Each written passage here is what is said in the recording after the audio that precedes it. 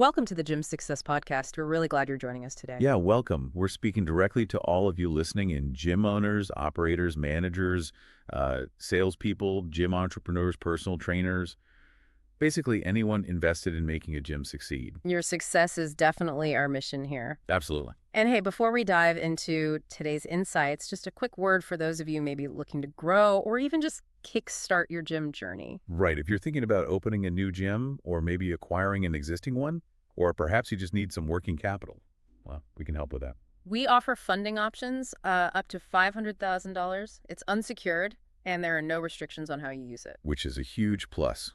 You can find out more at fmconsulting.net. That's fmconsulting.net. So I'm Bonnie. And I'm George. Today we're digging into a really important white paper by the expert jthomas. Yeah, it's called Is Your Gym in Trouble? How to Recognize the Red Flags Before It's Too Late. And our goal, like always, is to give you actionable insights, stuff you can actually use in your business, right away. We'll be unpacking the critical warning signs Jim outlines and talking through the practical strategies he suggests to get things back on track if needed. Jim paints this picture of running a gym like juggling, right? Right. So many plate sales, retention, payroll, marketing, equipment, staff morale, competition. It's a lot to keep in the air. It really is. And if just one of those plates falls, it can put the whole business at risk. And the scary part, as Jim points out, is that most gyms don't just, collapse overnight. Trouble often sneaks in slowly. Mm-hmm. Disguised as small setbacks, maybe. But what's really interesting and kind of optimistic is Jim's point that almost every problem in this business does have a solution. If you catch it early enough. Exactly. It all comes down to recognizing those red flags. So let's unpack jthomas's key red flags. Okay, Jim starts by sort of framing this common challenge. Trouble often looks like just minor bumps in the road initially. Right. But the good news, like you just said, is that nearly every problem can be fixed if you act quickly. Which raises a really important question for you listening. Are you actively looking for these signs, or are you maybe just waiting for a crisis to hit? Yeah, Jim's paper gives us the tools to be proactive, not reactive. So let's jump into that first red flag. Jim calls it the lifeblood of your business. Sales. If sales aren't growing, your gym isn't either. He points out pretty bluntly that in this industry, standing still means you're actually falling behind. It's so true. And the warning signs here, well, they often start small.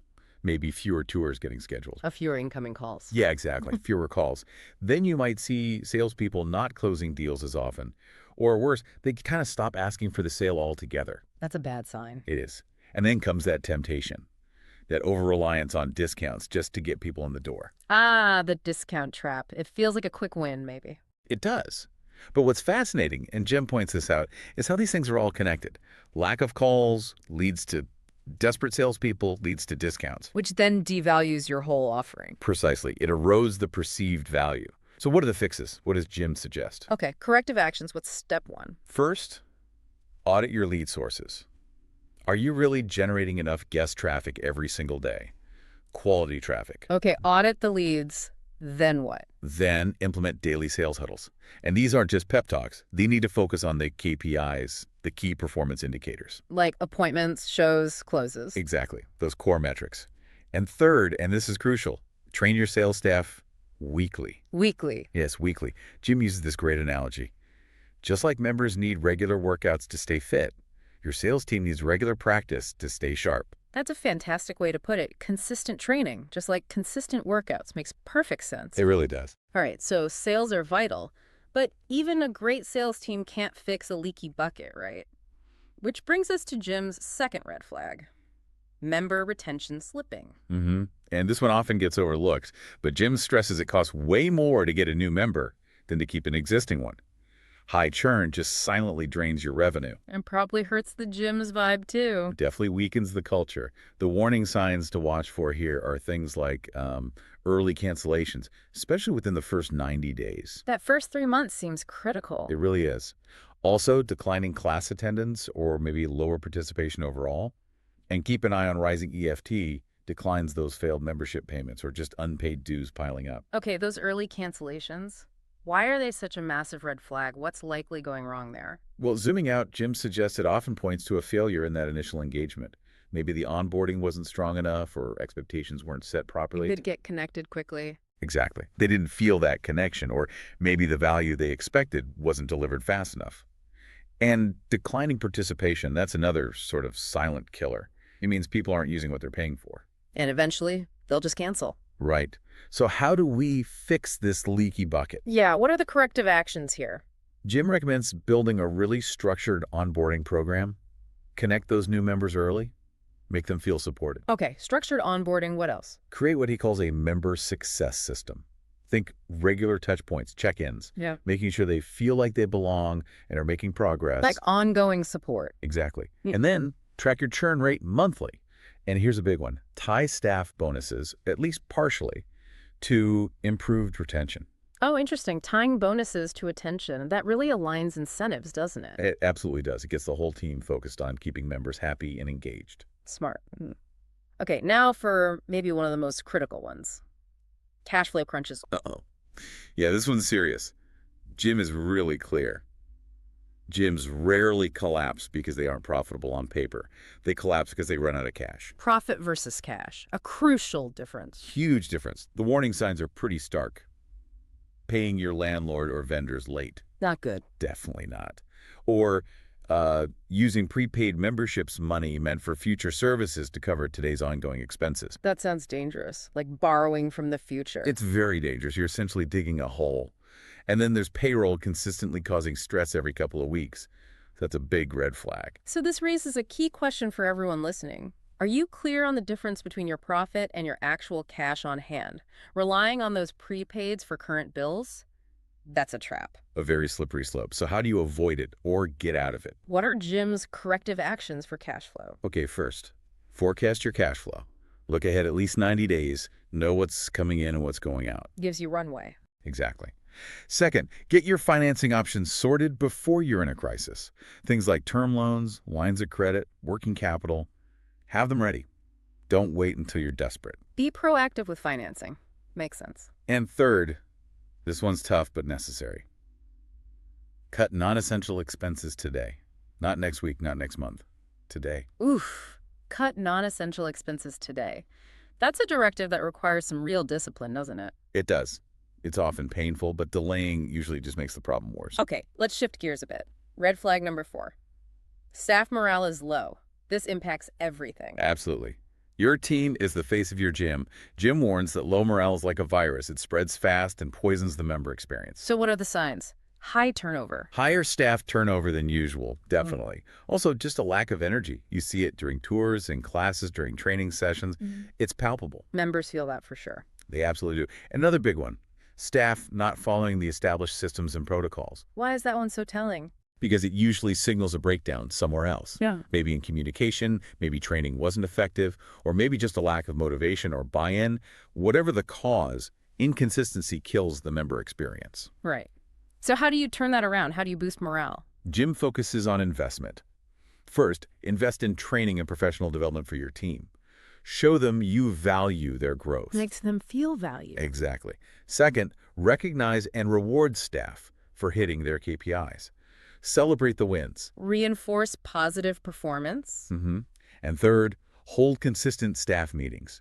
Not just to talk at them, but to align goals, share updates, and really reinforce the gym's culture and values. It really comes down to investing in your team is investing in your business. It just seems like such a clear win-win. Totally agree. Happy staff, happy members. Okay, but what if you get so caught up in internal stuff like staff or operations that you forget to look outward? Well, that leads us straight into Jim's 5th red flag. Marketing becomes an afterthought. Right. He observes that too many gyms kind of stop marketing once they hit what feels like a comfortable number of members. Yeah, they get comfortable. But then inevitably traffic slows down and suddenly there's panic. So the warning signs here are maybe no regular promotions? Exactly. No monthly promotions or campaigns planned out, or maybe social media posting becomes really sporadic or just stops altogether. Or just relying on word of mouth? Relying only on word of mouth without any actual structure or system behind it. That's a big one. It's interesting how comfortable can actually mean stagnant or even declining slowly. That's the key insight here. Marketing isn't just about getting brand new members through the door. It's also about staying top of mind, reinforcing your brand value, keeping current members engaged. And nurturing that word of mouth. Precisely. Word of mouth is amazing, but it needs a system like a referral program or actively asking for testimonials to really thrive and be reliable. So how do we fix inconsistent marketing? What are Jim's actions? He recommends first developing a 12-month marketing calendar. Plan it out in advance. A whole year? It Actually, sounds like a big task. it takes effort up front, yes, but it prevents that last-minute scramble and ensures consistency. Second, use a mix of tactics, digital stuff like social media, email, maybe some online ads. And grassroots stuff, too? Definitely. Mixing grassroots efforts like local networking, community events, and again, structured referral programs. And finally, measure your ROI. Track what works and then double down on those successful campaigns. That 12-month calendar, it forces you to be proactive, not reactive, which ties into the next flag, doesn't it? It really does. Jim's sixth red flag. You find yourself playing defense instead of offense. Meaning you're always reacting? Yeah, constantly reacting, just patching holes, putting out fires instead of actively building growth. Jim says when you're stuck in that mode, you've lost your momentum. What does that look like day to day? The signs are things like, well, constantly feeling like you're just putting out fires, seeing your competitors innovating, launching new programs, or upgrading while you're kind of standing still. That must be frustrating. Hugely.